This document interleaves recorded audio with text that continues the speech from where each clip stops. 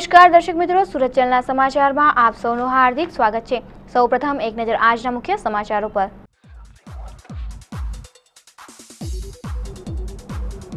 Sarthana nature પાર્કમાંથી તાંત્રિક વિધિ માટે 2 ઘુવડ ચોરાયા।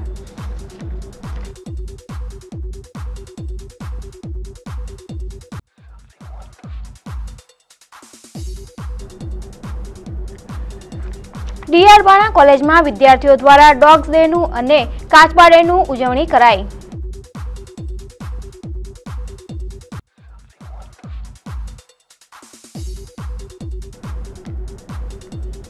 નજીવી બાબતે થયેલા ઝઘડામાં કારીગરનો ગ્રાહક ઉપર ચપ્પુ વડે હુમલો।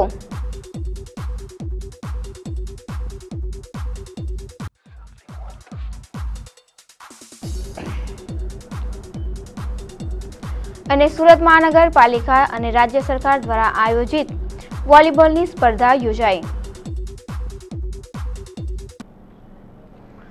અને હવે સમાચાર વિગતવાર। સરથાણા નેચર પાર્ક ખાતે પિંજરાની જાળી તોડી 2 ઘુવડની ચોરી થઈ હોવાની ઘટના બનતા સનસનાટી મચી જવા પામી હતી। તાંત્રિક વિધિ કરવા માટે ઘુવડનો સૌથી વધુ ઉપયોગ થઈ રહ્યો હોવાના કારણસર જ તેની ચોરી કરી હોવાનું તપાસમાં આવ્યું છે। કાપોદ્રા પોલીસ મથકમાં થી મળતી માહિતી અનુસાર મોટા વરાછા મહાદેવ ચોક ખાતે આવેલા શ્રી કૃષ્ણ રો હાઉસ ખાતે રાજેશ આત્મારામ પટેલે ચોરીની ફરિયાદ કરી હતી। તેમણે તેમની ફરિયાદમાં જણાવ્યું હતું કે તેઓ સરથાણા ખાતે આવેલા નેચર પાર્કમાં નોકરી કરે છે। દરમિયાન શનિવારે રાત્રે 6 વાગે નેચર પાર્કના પક્ષીઓને રાખવાના બંને દરવાજાઓ તેઓ બંધ કરીને ગયા હતા, પરંતુ સવારે જ્યાં તેઓ પહોંચ્યા ત્યારે નેચર પાર્કમાંથી 2 ઘુવડ ચોરાઈ ગયા હતા। શનિવારે રાત્રિ દરમિયાન કોઈ તસ્કર પાર્કમાં જાળી કાપી ઘૂસી ગયા હતા અને ત્યારબાદ તેમણે પક્ષી વિભાગના પિંજરા પણ કાપી નાખ્યા હતા અને તેમાંથી 2 ઘુવડ ચોરીને ચાલ્યા ગયા હતા। આ અંગે નેચર પાર્કના સુપ્રિન્ટેન્ડન્ટ પ્રફુલભાઈ મહેતાએ જણાવ્યું હતું કે સાંજના 6 વાગ્યા પછી તમામ ગેટ પર તાળા લગાડી દેવામાં આવે છે અને પ્રાણી સંગ્રહાલયમાં કુલ 9 જેટલા સિક્યુરિટી ગાર્ડ રાત્રિ દરમિયાન ચોકી કરતા હોય છે અને સતત તેઓ રાઉન્ડ પણ મારતા હોય છે। તે છતાં પણ ચોર 2 જાળી કાપીને ઘુવડ લઈ જવામાં સફળ થાય તેમાં ચોક્કસ સિક્યુરિટીની બેદરકારી છતી થાય છે। હાલમાં કોલેજોમાં વિવિધ ડેની ઉજવણી કરવામાં આવી રહી છે।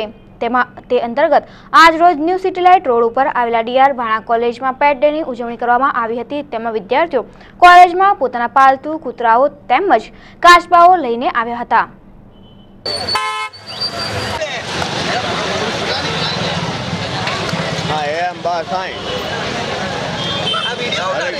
हरे कृष्णा बोलो बोलो।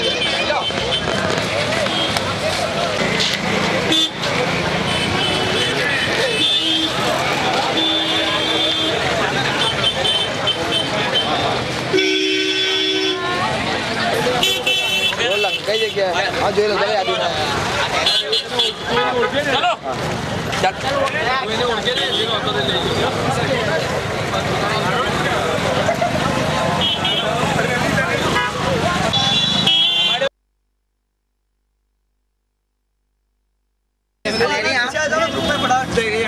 एक बंदा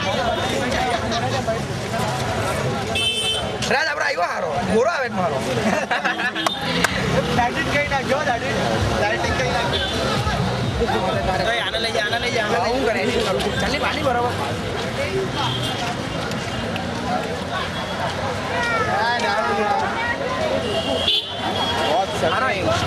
રાહુલ વેડ રોડ જકાતનાકા પાસે વેચેલો કેરોસીનના બાકી નાણાંની માંગણી કરતા થયેલા ઝઘડામાં કારીગરે યુવાનને ચપ્પુનો ઘા મારી ઈજા પહોંચાડી હોવાનો બનાવ પ્રકાશમાં આવ્યો છે।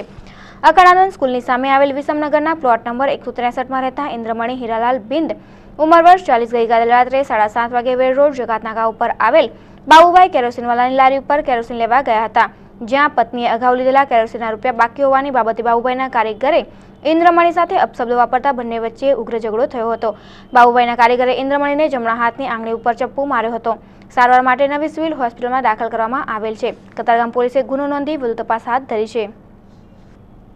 સુરત મહાનગરપાલિકા દ્વારા આયોજિત અને ગુજરાત સરકારના સ્પોર્ટ ઓથોરિટી આયોજિત ખેલ મહાકુંભ અંતર્ગત હાલમાં વોલીબોલની સેમીફાઇનલ સ્પર્ધા કતારગામ ખાતે આવેલ કાસાનગરમાં ચાલી રહી છે, જે અંતર્ગત રાજ્યની વિવિધ ટીમોએ ભાગ લીધો છે। રાજ્યની વિવિધ ટીમો કાસાનગર ખાતે વોલીબોલની સેમીફાઇનલ સ્પર્ધામાં જોડાઈ હતી અને ત્યારબાદ આમાં વિજેતા ઉમેદવારો ગાંધીનગર ખાતે ફાઇનલમાં પહોંચશે।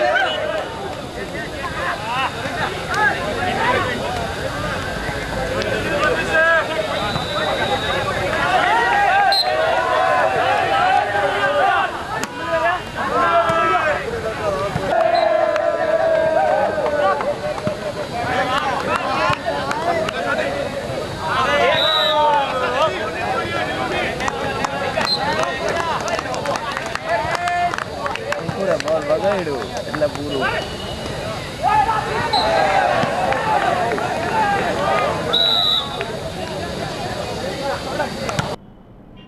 સમાચાર સમાપ્ત કરતા પહેલા ફરીવાર એક નજર આજના મુખ્ય સમાચારો પર.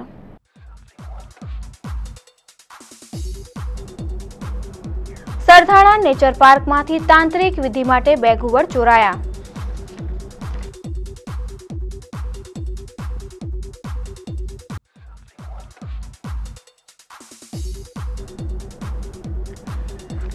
ડીઆર બાણા કોલેજમાં વિદ્યાર્થીઓ દ્વારા ડોગ્સ ડેનું અને કાચબા ડેનું ઉજવણી કરાઈ.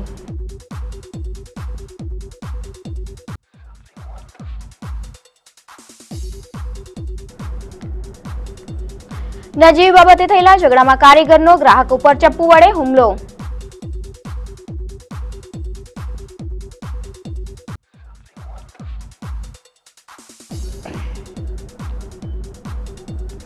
અને સુરત મહાનગરપાલિકા અને રાજ્ય સરકાર દ્વારા આયોજિત વોલીબોલની સ્પર્ધા યોજાઈ. આ સાથે સુરત ચેનલના સમાચાર અહીં સમાપ્ત થાય છે. ફરી મળીશું નવી ખબરો સાથે. ત્યાં સુધી રજા આપશો. નમસ્કાર.